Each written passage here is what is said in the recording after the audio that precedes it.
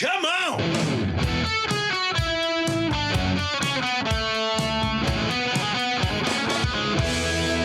Welcome to the Yeah Come On Show with Southside Steve. Yeah, come on and happy Wednesday.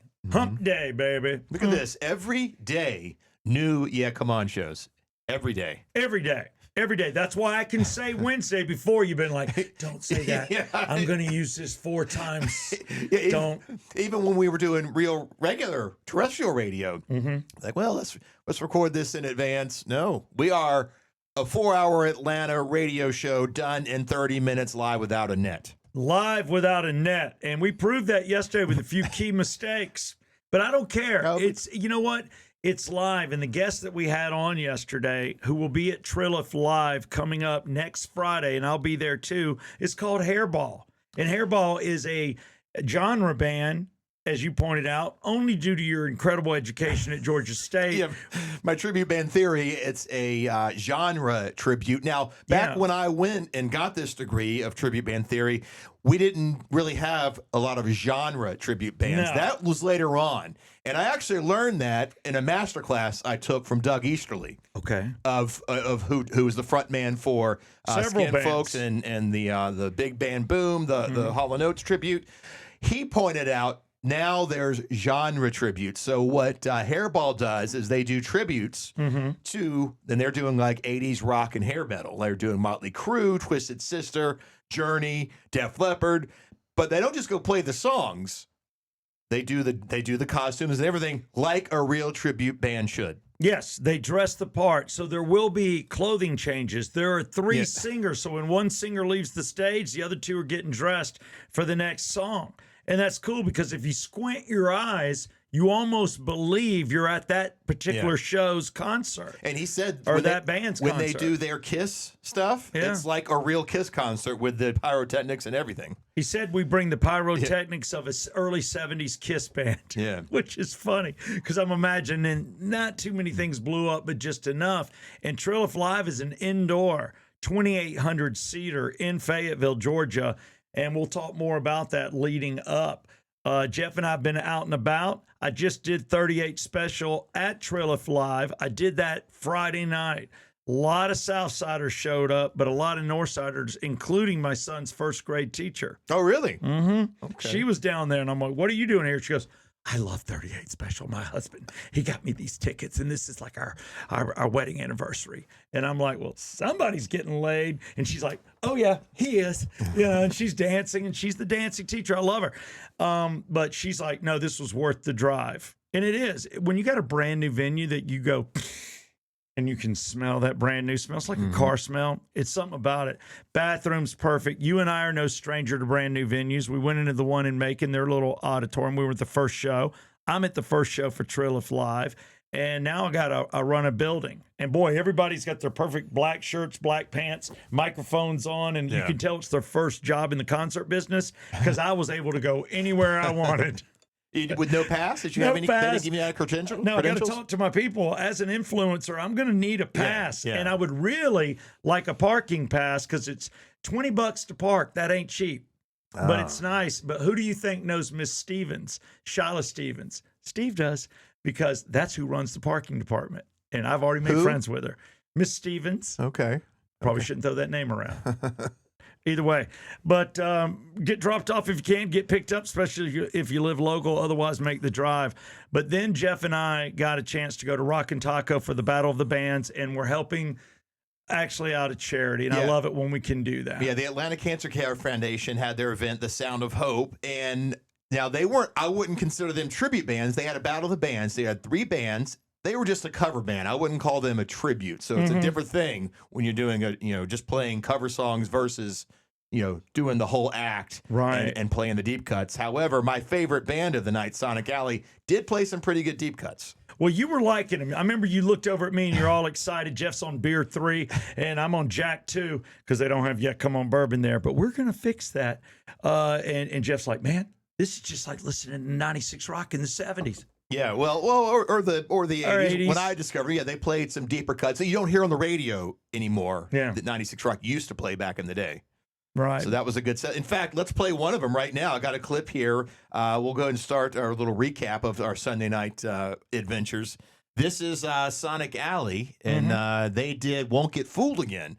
Not it's a pretty big song by the Who. It's in the what's the show 48 or one of the CSI. I think it's the Who CSI do all did the theme songs. This is let's see. You right finding it? here. That don't have the help they need because they don't have the funds, they don't have the turn it means down. to do it. He's going to So drop that's it. why you're all here. So please, donate. I don't care which band you fucking take, donate. And with that, I bring you the Dream Weaver. Bring me some Keith Moon. Come on, bitch.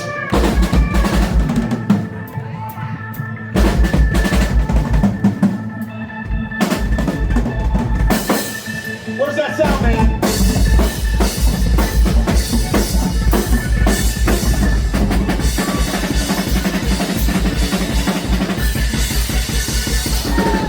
So that was the kind of stuff that we got from Sonic Alley, Yeah, like the long classic rock songs. Yeah, that is AOR, album-oriented rock. That means you start it at at the beginning, and you go, and you do not, as a DJ, talk over the music. You let the music play. Yeah, unless you're talking Charity. That's what he was. That's the singer Mike, by the way. His name's Mike. Mike was on fire. Yeah. Mike is Jack Black. yeah, he was good. So He was. He's definitely into it. He can hit the high notes. So could she. And you're right. They did Paranoid, which was another great song. Paranoia by the Kinks. The Kinks, which yeah. was a deeper cut. That was really cool. That's what they opened with. Now let's go to the first band, Better Than Silence, Which is a great name if you think about it. Are we better than Silence? And that's the question I asked the crowd when I came out. We Yeah. have more AI Ray-Ban videos that we'll put up. Right now we're just teasing, but we're working and playing with some toys. But I thought that was fun. Yeah. And they're like, yes, they're better than Silence. And they definitely are. And here's what, to me, this was my highlight, is they had a violin player. Yeah, she did violin, vocals, keyboards, and something else. And I think some I percussion. mean, a lot of people were impressed that they played ELO, Mr. Blue Sky. That was what I heard the whole night. The fact that you can do ALO, as big of a band as that was, and you can crush that. That was my 5th, 6th grade 70s love. But they crushed Devil Went Down to Georgia with the fiddle. So I got a clip of that here.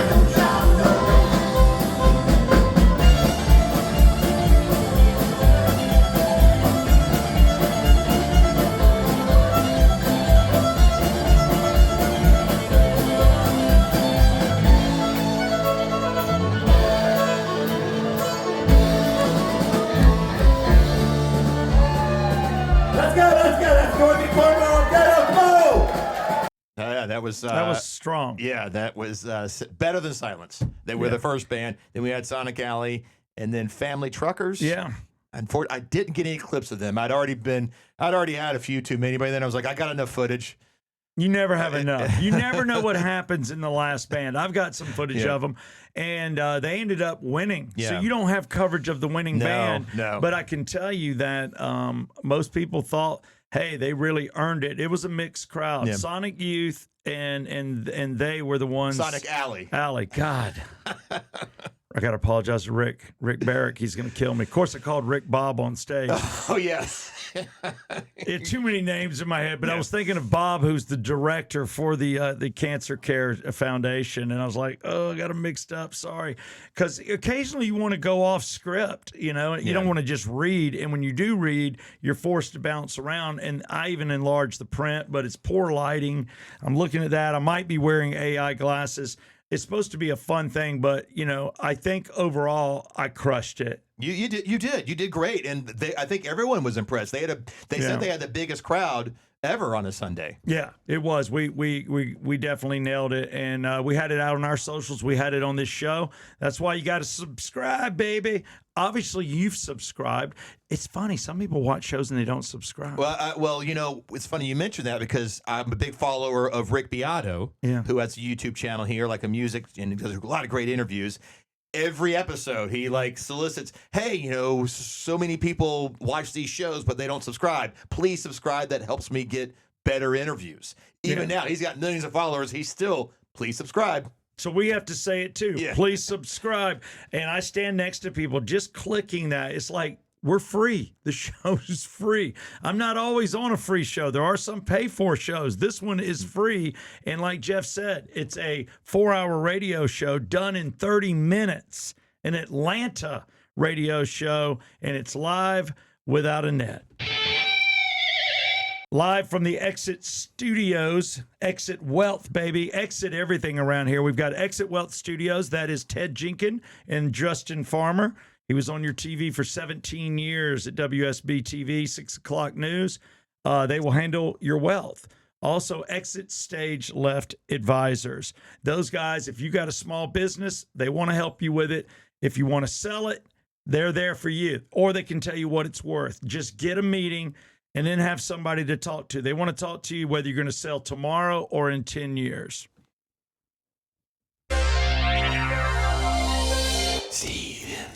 Well, Steve MZ's got a little bit to talk about. One thing I wanted to mention, I've got this big segment, called Really, where I just look, we do it. I'm going to mix Really in with a little Steve MZ because I just saw a couple of things and I'm like, am I getting sucked in? But you're a good barometer for this. Yeah. And we could put it up on the screen, but I'm just going to hold it up.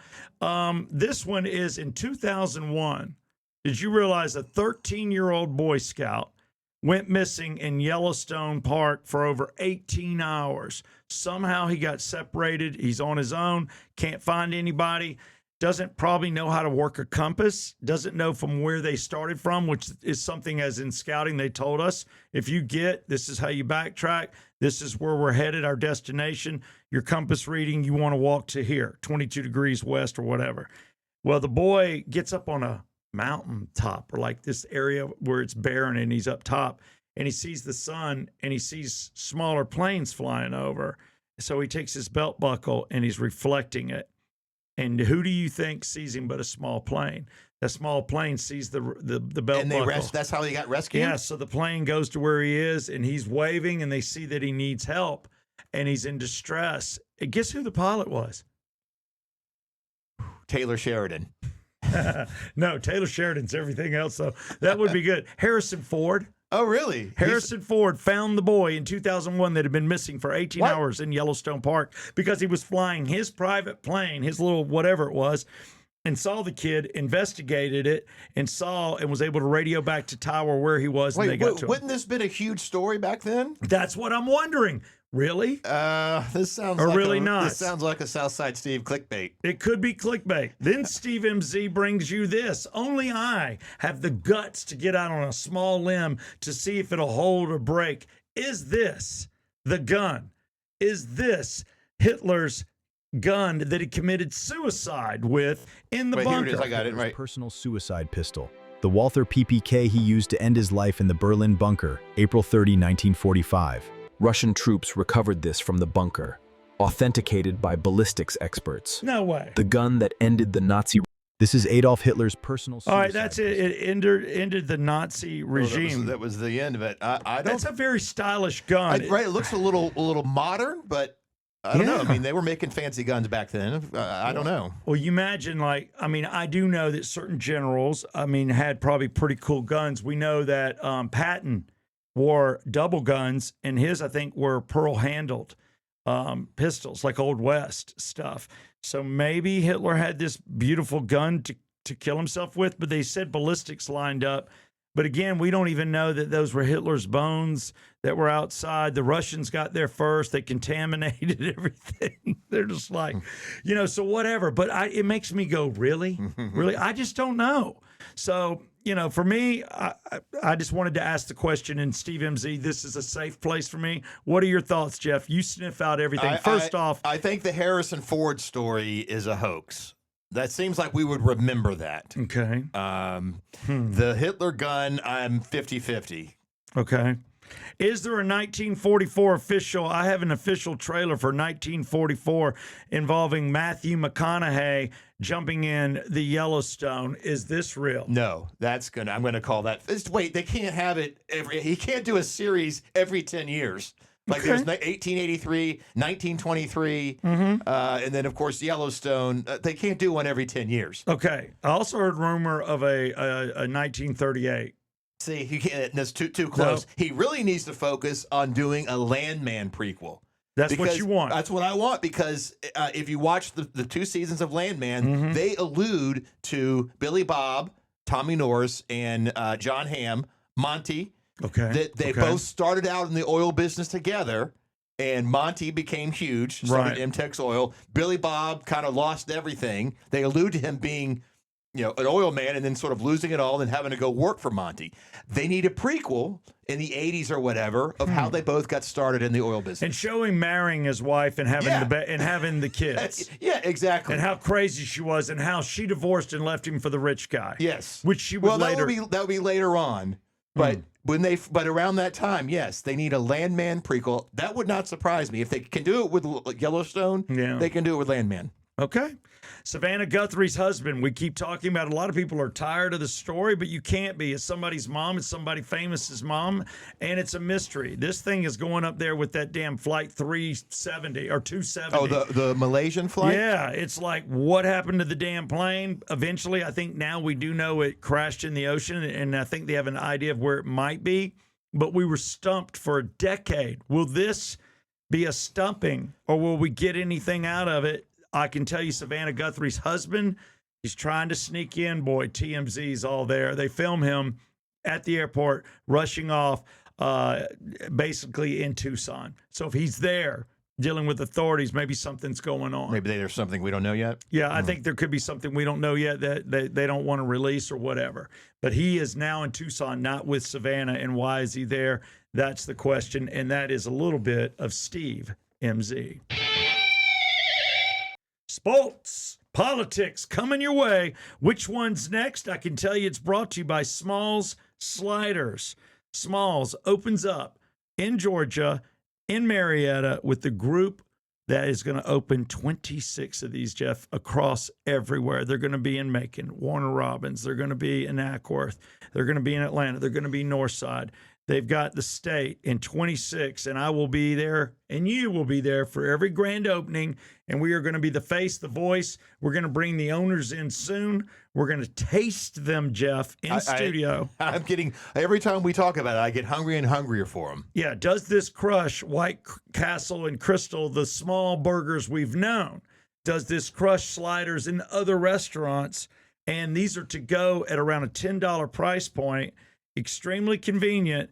It's going to be the new big thing, and they bring you politics. Polydictainment.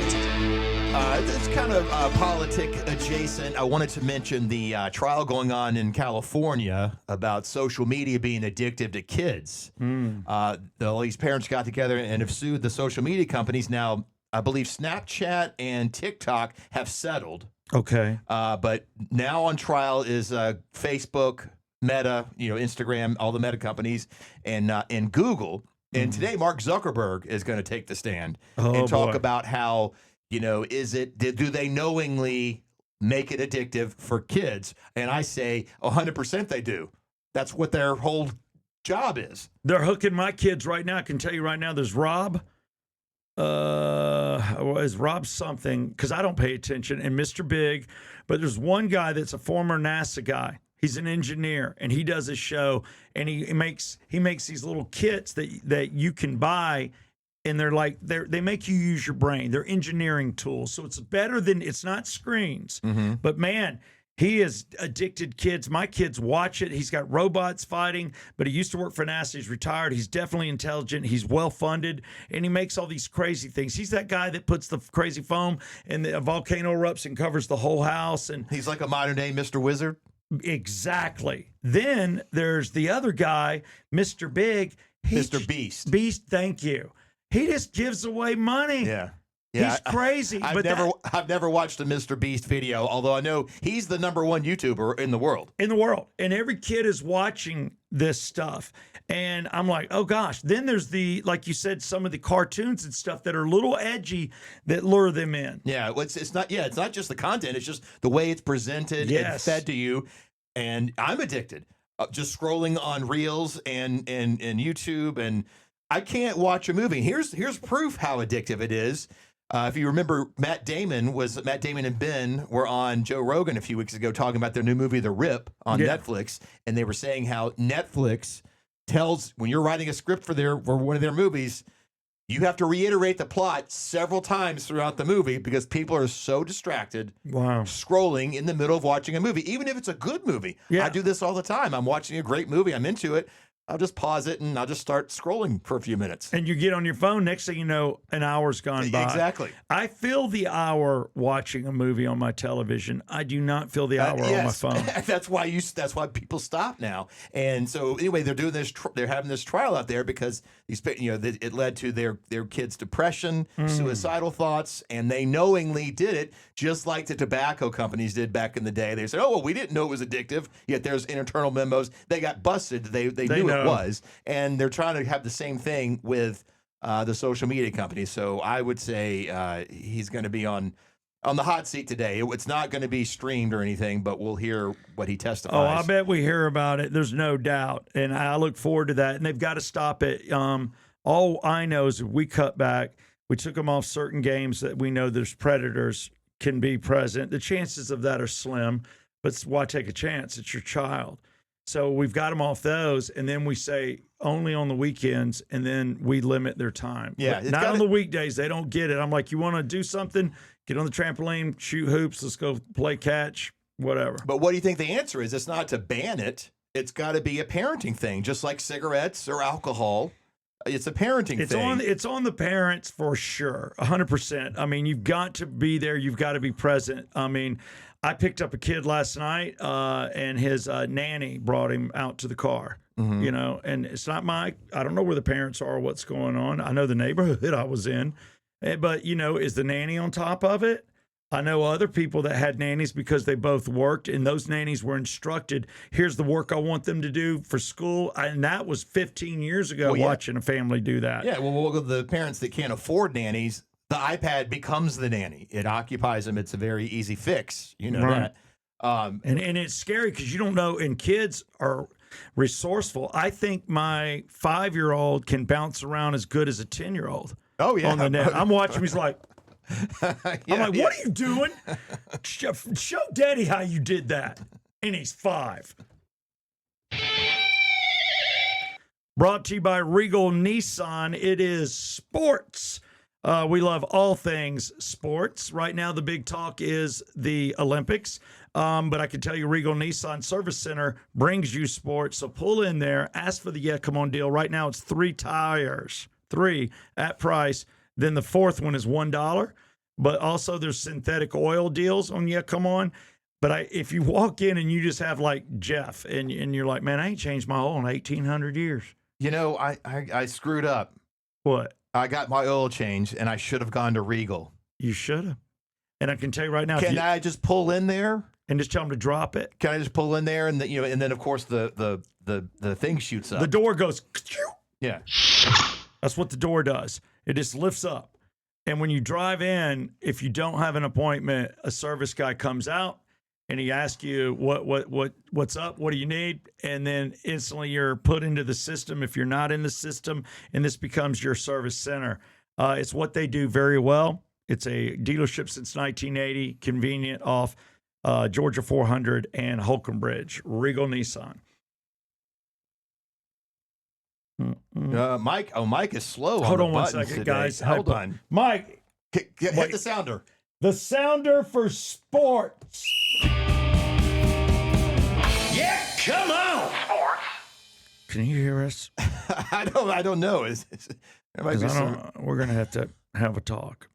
Maybe we do it in our coffee room. We have a very nice coffee room here. We have our post-show meeting with management. It's actually as nice as any room I've had in corporate. I got to tell you. Oh, I feel corporate. This office? Oh, this office is amazing. Yeah, this is office and studio, Exit Wealth. Exit Wealth Studios and Exit Stage Left Advisors. My goodness, Lord, stop me.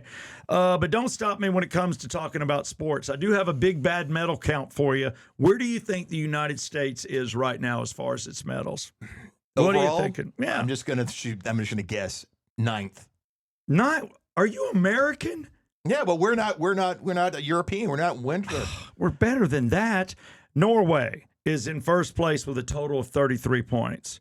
Italy, 25. United States, 24 in third. France, 17. And then Sweden with 15. That's your top 5 countries right now. Okay, all right. Well, sorry, I didn't mean to underestimate us. I got to tell you, man, you're crushing me.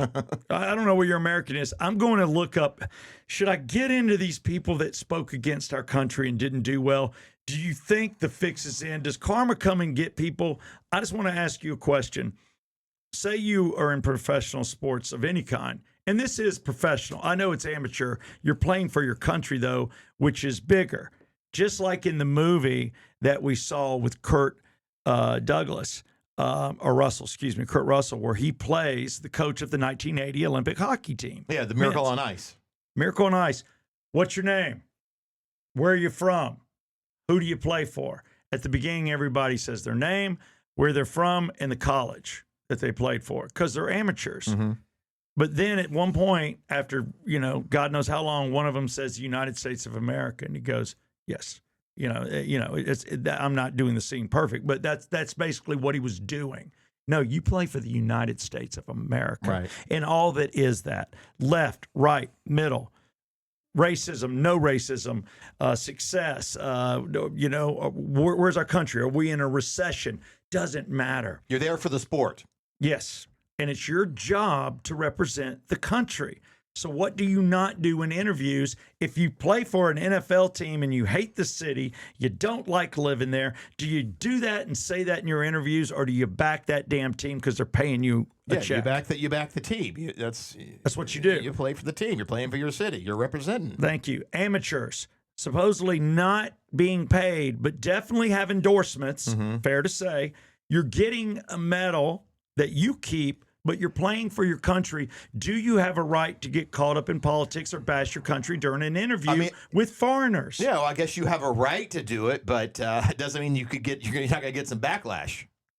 But it's just something that I blame it on the coaches or anyone. I would have that talk with the team. I would have that talk going in. I'm like, look, before we even start this competition with 15 skaters to see who the 3 are that are going to represent the United States in the 2026 Olympics in Italy, you're not going to bash sign something. Yeah. You need to sign something and love your country. You don't put it down because a morals clause. Yes. Like a morals clause that you can't speak out against the country that you're representing. Yeah, so I'm just going to do this. I just want to see their faces. I don't know who's coming up. This is happening in real time, obviously.